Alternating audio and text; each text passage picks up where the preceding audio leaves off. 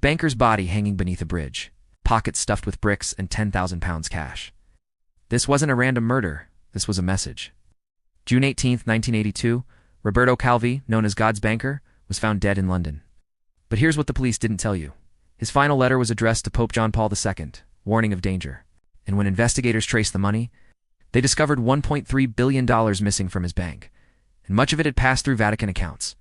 This gets darker. Calvi created a network of fake companies in Panama and the Bahamas. Money from the Italian mafia and corrupt politicians was being laundered through the Vatican Bank. The man facilitating it all? Archbishop Paul Marcinkus, 6'4", former bodyguard, running the most secretive bank on earth. When Italian prosecutors tried to question Marcinkus, the Vatican invoked sovereign immunity. He never faced trial.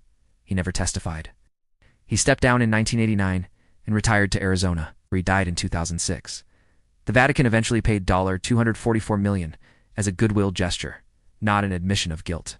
But here's the part that should terrify you. The system that enabled this hasn't changed. In 2019, 37 years later, Vatican police raided their own offices for another scandal involving $200 million in a shady London property deal.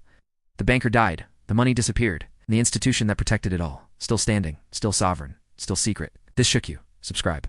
Because there are dozens of stories like this that never made headlines. Stories about power, money, and institutions that operate above the law. Some murders aren't about silencing one person. They're about protecting a system. In this script, they're of strong hook or not.